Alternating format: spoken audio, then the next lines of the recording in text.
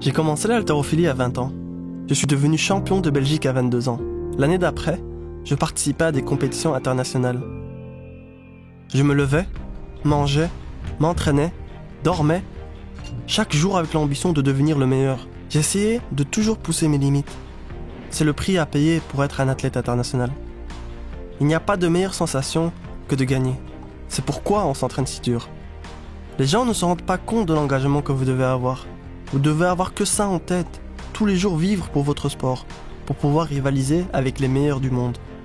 J'ai passé des heures et des heures soulevant des poids, poussant mon corps à sa limite pour atteindre ses performances.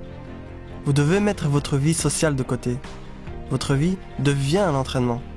Chaque week-end, vous devez être à l'étranger. Puis je me suis posé la question, est-ce que mon futur est dans l'haltérophilie ? Non. Alors j'ai décidé d'arrêter. En réalité, j'ai changé de direction. J'ai cofondé Ergonomic avec mon ami Charles. J'ai transféré mon ambition sur autre chose.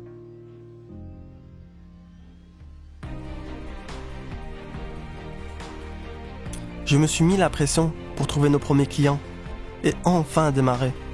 Cela a pris des longues heures, beaucoup de détermination et de volonté. Et après 1 an, il n'y avait toujours rien de stable. Quand ça a commencé à devenir dur, je me suis posé des questions. Est-ce normal ? Est-ce que je vais y arriver ? Ou est-ce que je dois encore changer d'orientation ? J'ai été à des événements comme Think Young, une école d'entrepreneurs. J'ai découvert que ces questions étaient les mêmes pour tout le monde. Après avoir été diplômé à l'université, j'ai pu utiliser toute cette connaissance et les valeurs que j'ai apprises lors de ma carrière sportive au profit de la société. La force mentale de toujours se dépasser, alors que les autres auront déjà baissé les bras. Maintenant, Ergonomic est en pleine croissance, et tout le travail fait en amont paye. Rien ne peut remplacer le sentiment d'avoir fait un bon travail, rencontrer des clients satisfaits et voir son business croître. Je suis en train de réussir dans le monde de l'entrepreneuriat. C'est mon futur. Il n'y a pas meilleur sentiment que d'y arriver.